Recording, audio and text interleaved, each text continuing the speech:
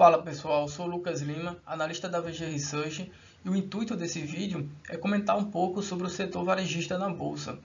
Acredito que o mercado ele vem discutindo bastante aí nos últimos 2 anos sobre o varejo, muito por conta do desempenho bastante negativo que algumas empresas do setor vêm apresentando, refletindo aí esse cenário macroeconômico desafiador, com taxa de juros e inflação elevada. Então, o objetivo desse vídeo aqui é a gente tentar entender o momento atual do setor varejista e também as expectativas tanto em relação ao quarto trimestre de 2022. A gente teve aí recentemente a Black Friday, que teve dados aí bem ruins para o setor, quanto também as expectativas para o ano de 2023, para tentar entender aí se o próximo ano é de oportunidade ou não para investir em empresas do setor varejista na Bolsa. Então, começando aqui, primeiro passando pelos resultados mais recentes que a gente teve, que foram do terceiro trimestre de 2022, a gente vai começar aqui primeiro pelas varejistas do e-commerce. Então, eu separei aqui a Via, o Magazine Luiza e a Americanas, que são as três principais empresas aí que a gente tem na Bolsa no e-commerce, nesse setor mais de canal online, bens duráveis também. E acho que, primeiramente, é importante citar que os resultados do terceiro trimestre de 2022 das varejistas de e-commerce eles foram bem negativos. Então, de maneira geral, assim, os resultados eles ficaram abaixo da expectativa do mercado. Só que no relativo ali, o Magazine Luiza ele teve um resultado menos impactado entre essas empresas de e-commerce.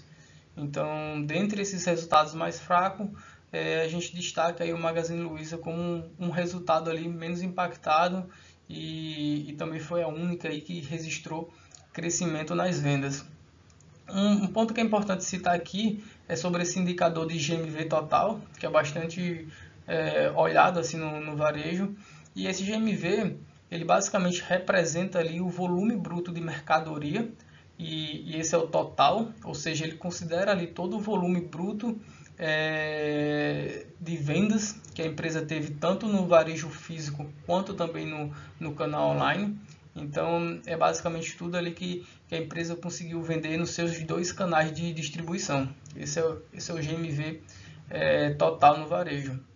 Começando pela Via, a empresa registrou aí uma queda de quase 8% no GMV total, nessa comparação anual entre o terceiro trimestre de 2022 e o terceiro trimestre de 2021.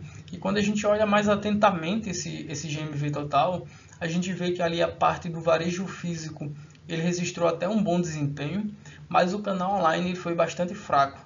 E esse desempenho ruim do canal online a gente pode explicar principalmente, né, por novas estratégias que a administração da Via vem adotando, que é de focar em produtos de cauda longa, que possuem um ticket menor. E produtos de cauda longa, eles são produtos não core, ou seja, são produtos ali que não é o foco da empresa, geralmente focado em vários nichos. Então, basicamente, são grandes variedades de produtos vendidos em pequenas quantidades e com um ticket menor. Então, basicamente, tem que ter muito volume vendido para conseguir ali gerar uma receita significativa.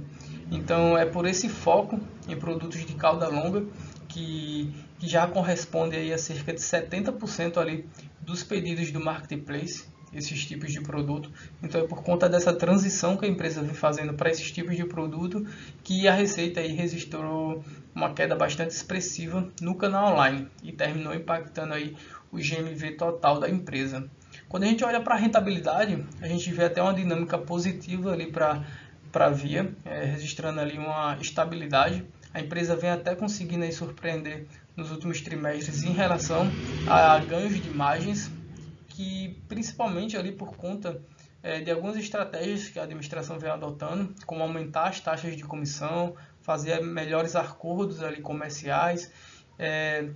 Houve também ali uma menor penetração do online que termina ajudando, né, na rentabilidade. A gente sabe que o online tem margens menores e também ali as maiores receitas de serviços financeiros, com participação ali do total, terminou ajudando a rentabilidade da Via no período.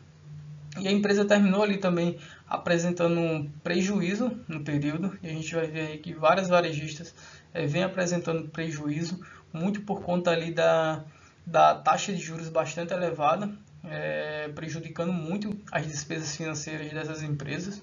E no caso aqui da Via, mais especificamente, a gente teve aumento dos índices de inadimplência, então houve ali um crescimento das provisões. A empresa também apresentou ali uma pior dinâmica do capital de giro, houve ali um efeito sazonal dos estoques que atrapalharam também a empresa. Ela queimou bastante caixa, então foi um período aí bastante difícil para a Via nesses termos, e ela terminou apresentando um prejuízo relevante aí no período. Quando a gente olha ali para a estrutura de capital da Via, acho que é um ponto importante de citar essa parte de estrutura de capital, porque o mercado é basicamente o que mais preocupa o mercado hoje em relação à Via. Só que tem alguns eventos recentes que acho que pode ser interessante citar aqui, para quem investe na empresa, que a renovação de contrato que a Via fez com o Bradesco pode ajudar bastante nessa questão do endividamento dela, visto esse acordo ali de quase 2 bilhões em dinheiro e outros recursos ali que somados representam mais de 30% do valor de mercado da empresa hoje.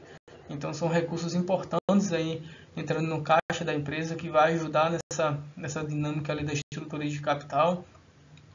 Tem também a monetização de créditos tributários que a Via vem fazendo, que vai ajudar nessa questão do endividamento.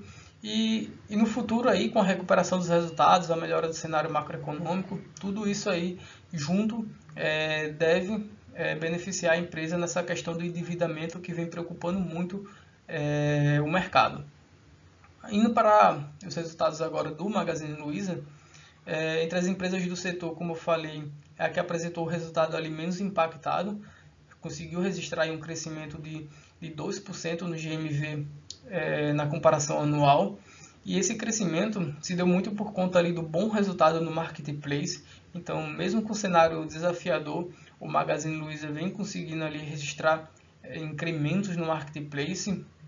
E também a gente teve aí os resultados da KaBuM sendo incrementados, né? Então, a KaBuM, que foi adquirida em 2021 pelo Magazine Luiza, começa a ajudar aí nos resultados também e terminou beneficiando aí de forma inorgânica os resultados da empresa no período. O Magazine Luiza aí é a empresa de maior destaque hoje no Marketplace entre essas três. É uma operação que se encontra bastante robusta e vem conseguindo registrar crescimento mesmo em cenários adversos. Então, destaque aí positivo para o Magazine Luiza nesse terceiro trimestre de 2022. Apesar disso, né, apesar de ter apresentado um resultado ali menos impactado, a empresa ainda reportou prejuízo no período, muito por conta ali do que eu citei da parte de maiores despesas financeiras, por conta da taxa de juros elevada no período, e também teve um impacto ali negativo da Luizacred, onde houve um maior nível de inadimplência. Então, a inadimplência aí atrapalhando bastante também as empresas do setor varejista.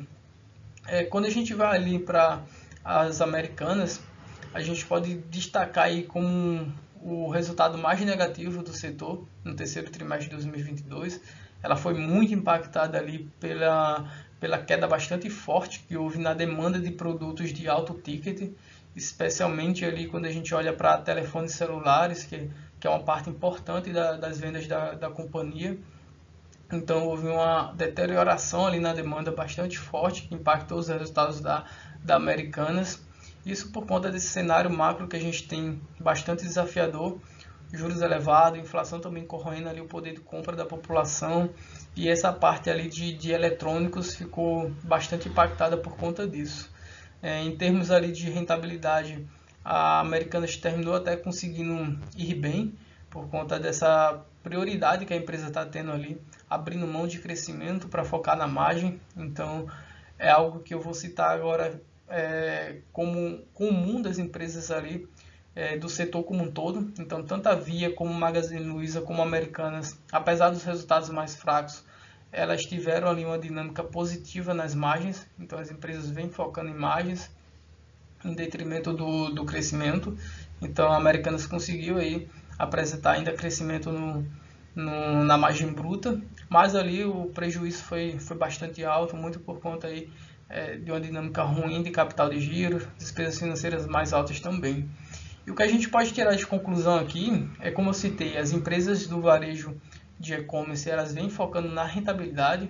A gente viu aí as 3 empresas conseguindo aí registrar uma boa margem bruta no período. Então, basicamente, elas vêm abrindo mão de crescimento, então tendo ali quedas nas receitas, elas seguram mais os preços, oferecem menos descontos, isso vai impactar ali diretamente as vendas, mas consegue ali manter uma margem bruta mais saudável. Então, assim, eu acho que de maneira geral essas empresas elas vêm sofrendo muito ali por conta da taxa de juros elevada, atrapalhando ali as despesas financeiras, o custo sobre a dívida dessas empresas também vem ficando bastante alto, a inadimplência vem subindo também, então tudo isso vem impactando as empresas aí do varejo de e-commerce. Partindo agora para os resultados mais recentes, só que das varejistas de vestuário, eu separei aqui basicamente 3 empresas, a C&A, a Lojas Renner e a Soma. São empresas aí de segmentos assim diferentes ali de públicos-alvos. A C&A mais focada ali na baixa renda, classe mais C e D. A Renner ali pega um público mais de mais renda que a C&A, então pega ali um público mais B e C, e a Soma que pega ali um público de mais alta renda. Então, separei aí 3 empresas ali com público-alvo um pouco diferentes para a gente tentar entender melhor a dinâmica de resultados assim dentro do setor de vestuário como um todo. A C&A ela conseguiu apresentar aí até um bom resultado, é uma empresa aí que vem crescendo bem as vendas, apesar dos impactos que houve aí de maneira geral no setor por conta de vendas antecipadas de inverno que houve no segundo trimestre de 2022. Então, as empresas de maneira geral, as varejistas de maneira geral, tiveram um resultado muito forte ali no segundo trimestre de 2022 por conta dessa antecipação de vendas do inverno, e o terceiro trimestre de 2022 foi um pouco mais fraco por conta disso, né? Então houve esse efeito aí quando a gente faz essa comparação. A C&A conseguiu ali apresentar crescimento tanto da receita quanto da margem, então a gente viu isso como bastante positivo, porque o cenário macro atual afeta muito ali o público que a C&A atende, então a empresa mesmo assim vem conseguindo registrar recuperação nos seus resultados, apesar do forte impacto ainda que vem registrando. E as estratégias que a C&A vem adotando, estratégias comerciais, elas vêm melhorando bastante. A C&A é uma empresa que tinha ficado um pouco mais para trás ali no setor de vestuário, mas a gestão atual vem tentando mudar um pouco disso, vem tentando buscar mais ali o que as empresas de mais qualidade do setor vêm fazendo. Então, a parte ali de precificação dinâmica, o push and pull, que é uma estratégia no varejo que era adotada por várias empresas já e a C&A não adotava, e hoje já representa aí 25% das vendas da empresa, vem trazendo resultados ali para a melhoria de rentabilidade da empresa. Então, várias estratégias que a C&A está adotando aí que vem beneficiando a companhia. Mas assim, é uma empresa que ainda está com resultado bastante afetado, mas que vem conseguindo aí diante essas adversidades conseguir aí crescimento de receita. A receita aí já está cerca de 10% acima do período pré-pandemia, acima ali do terceiro trimestre de 2019, então o que é positivo. E acho que de maneira geral é isso, é um resultado misto aí para a C&A, fraco ainda, mas que vem conseguindo se recuperar e foi impactado aí pelas vendas antecipadas de inverno, assim como a Renner e a Soma também foram.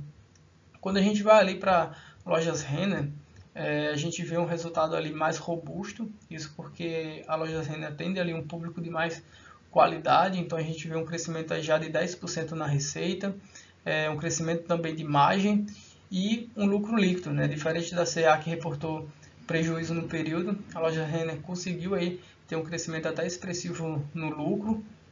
Ela também foi impactada aí por essa parte da coleção de inverno, que ficou um pouco mais ali segundo trimestre de 2022, então perdeu a tração aí, perdeu as vendas no terceiro trimestre de 2022 e terminou afetando. Mas a Renner, acho que o importante aqui destacar é esse lucro líquido que a empresa conseguiu gerar, muito por conta ali do caixa robusto que a empresa tem. Então, a empresa ali tem um caixa bilionário, que é aplicado num CDI bastante alto, ajuda muito a empresa ali na linha de despesas financeiras. Então, acho que esse é o grande destaque positivo aí do resultado da Lojas Renner. Além de ser uma empresa aí que está 36% acima do período pré-pandemia já. Então, quando a gente compara o terceiro trimestre de 2022 com o terceiro trimestre de 2019, a receita da empresa aí já está quase 40% acima, o que é bastante positivo. Indo para a Soma agora, uma empresa ali mais de alta renda, a gente vê um resultado mais positivo ainda, um crescimento aí de 31% na receita. A empresa aí ela teve crescimento ali em todos os segmentos de atuação, vem realizando uma virada de resultados ali na Hering, bastante interessante, é um bom momento aí para a empresa, muito por conta desse público-alvo, né, mais sólido que a empresa tem de alta renda, e também pelo bom trabalho aí que vem fazendo na Hering para conseguir virar os resultados da empresa. Então, um bom resultado aí que a Soma conseguiu reportar no terceiro trimestre de 2022. Olhando agora um pouco, né, para as expectativas, tanto por quarto trimestre agora de 2022, quanto para 2023, em relação ao setor varejista. No quarto trimestre de 2022, a gente tem aí o período, né, que é mais significativo, mais representativo, né, para o setor varejista, por contar aí com eventos como a Black Friday, o Natal e o fim de ano também. Esse ano agora de 2022, especificamente, a gente também tem a Copa do Mundo para somar com esses outros eventos. Então, assim, fica a expectativa aí da Copa ajudar, né, nas vendas das varejistas, principalmente ali com a TV. Então tem essa expectativa de maiores vendas de TV nessa época. Só que também fica a dúvida se a Copa ela não pode canibalizar as vendas da Black Friday e do Natal. Então, ou até mesmo ali ocorrer uma mudança no hábito de consumo, com a população priorizando ali mais gastos com alimentação e bebidas para assistir os jogos da Copa e os jogos do Brasil. Então tem todo esse cenário aí de incerteza em relação a Black Friday, e a gente já viu dados recentes ali, principalmente da sexta-feira, que apresentaram ali uns números um pouco ruins para o setor. Dados da Conf, né, o Trust, junto com a ClearSale, registraram ali uma queda de 30% nas vendas na sexta-feira em relação ao ano de 2021. A Nielsen Beauty também apurou uma queda de mais de 20% na sexta-feira. Então os dados ali iniciais por varejo digital são ruins da Black Friday, e saíram notícias aí que foi a pior Black Friday da história e tudo mais, e as ações do setor terminaram até sofrendo com essas notícias. Olhando ali para os dados do índice Cielo do varejo, o ICVA, a gente vê até um crescimento, né, das vendas no varejo na Black Friday de 7%. Só que quando a gente olha ali, abre ali os dados, né, desse índice Cielo, a gente vê que os setores que cresceram foram mais ali drogarias, farmácias, a parte de cosméticos, turismo, alimentação, bares e restaurantes foram os grandes destaques aí. A gente também teve vestuário registrando um grande destaque de crescimento. Então aí ponto para as empresas que eu apresentei agora, C&A, Renner e Soma. E quando a gente olha ali para a parte que é mais forte ali do Magazine Luiza, da Via, que são a parte de eletro, imóveis, foi o único setor relevante do varejo que, segundo o índice Cielo, apresentou uma queda de faturamento no período. Então a gente tem dados aí de que essa Black foi a pior da história para o comércio ali online. E quando a gente olha os índices ali da Cielo, olhando mais detalhadamente por segmento, a gente vê aí um destaque mais positivo para o varejo de vestuário e mais negativo ali para bens duráveis, que são móveis, eletrodomésticos e afeta mais ali a Via, o Magazine e a Americanas. E a parte de vestuário vai beneficiar ali as lojas Renner, a Soma e a C&A e outras empresas também do setor. Olhando aqui ainda para as expectativas do quarto trimestre de 2022, mais para frente, assim, as varejistas de vestuário, após essa temporada de frio e tudo mais que eu já citei, o quarto trimestre ele deve ser mais aquecido para o setor. Essa é a expectativa aí das consultas que fizeram aí com as empresas. Elas esperam resultados melhores no quarto trimestre de 2022. Só que é importante citar que a inadimplência vem atrapalhando bastante essas varejistas, principalmente de moda. Então, se por um lado aí elas estão com a expectativa melhor para o quarto trimestre, do lado negativo pesa aí para a Renner, para a C&A, para a Riachuelo, que estão apostando nesses cartões de marca própria para fidelizar mais com o cliente, mas estão sofrendo bastante ali com inadimplência, atraso no pagamento, essa alta de juros apertando muito ali o poder de compra, a renda dos consumidores. Então essa inadimplência aí também vem atrapalhando bastante o setor varejista, agora no curto prazo. Para 2023 a gente tem alguns desafios principais aí para o setor. Então, como eu falei, a população brasileira ela vem perdendo bastante poder de compra aí nos últimos 2 anos. O nível de endividamento das famílias é crescente. Os inadimplentes, né, vêm batendo níveis recordes. A confiança do consumidor ela vem em queda. E a competição, principalmente ali no e-commerce, ela vem cada vez mais acirrada com a questão ali de briga de preços, né?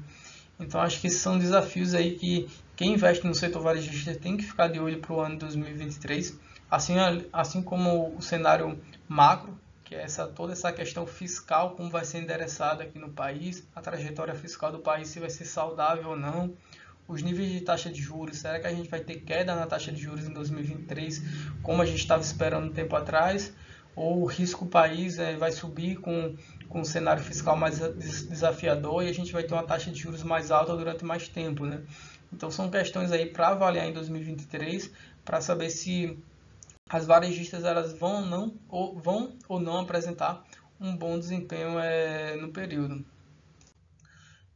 Olhando para a parte mais positiva aqui, do lado do varejo que a gente pode ter para 2023, essa menor inflação que a gente vem visualizando, a redução de inflação aí nos últimos meses, apesar da alta na expectativa, olhando um pouco mais para frente agora, mas a gente tem uma inflação mais reduzida, a gente tem aí a expectativa, apesar de todo o cenário turbulento recente por conta do fiscal, a gente ainda tem uma expectativa aí, segundo o Boletim Focus do Banco Central, de queda na taxa de juros para 2023. Então, essa possibilidade ainda de queda na taxa de juros em 2023, de um cenário fiscal até mais saudável, da inflação reduzindo, pode ser aí um caminho para que o setor varejista ele fique bastante atrativo em 2023, se isso realmente acontecer, se a gente tiver esse conjunto aí de fatores macroeconômicos ajudando. Outro ponto, né, que pode contribuir para visualizar uma oportunidade nesse setor é que, independente do cenário, as empresas do setor elas estão bastante descontadas. Então, o mercado penalizou bastante as companhias desse setor varejista nos últimos anos, talvez até mais do que elas mereciam. Então, basicamente, todas essas empresas do setor de varejo estão com valuation bastante atrativos. Obviamente, tem que analisar caso a caso ali para tentar entender a que estão melhores posicionadas e com desconto realmente relevante e que justifica. E que não justifica, né, um desconto ali realmente que não justifica diante dos resultados que a empresa está apresentando. Então tem que olhar caso a caso.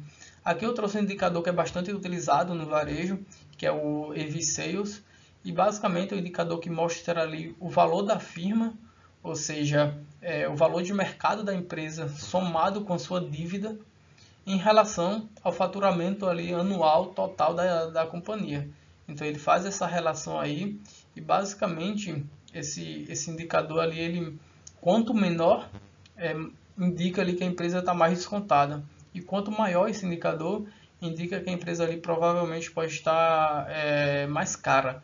Então é um indicador ali que é melhor do que aquele indicador de preço sobre vendas apenas, porque quando você utiliza ali apenas o valor de mercado, né, das empresas e não considera a dívida, termina sendo menos preciso, e o EV ele pega ali tanto o valor de mercado da empresa e também leva em consideração a dívida, então é um indicador mais completo do que o preço sobre vendas. Então a gente gosta mais desse EV sobre vendas por conta de considerar a dívida. Então, em geral, esses indicadores ali ficam entre uma vez e 3 vezes. A gente vai ver aqui que alguns indicadores estão até abaixo de uma vez, o que indica um desconto até grande da empresa. E esse é um múltiplo que, como eu falei, quanto mais baixo indica que a empresa está mais atraente ou desvalorizada no mercado, e quanto mais alto a empresa está mais valorizada e provavelmente mais cara. Aqui a gente vê que historicamente o Magazine Luiza é uma empresa ali no passado que era considerada bastante cara no mercado, então uma empresa que chegou a 8 vezes o indicador EV Sales, ali em meados de 2021 até, e agora vem negociando aí cerca de 0,8 vezes esse indicador.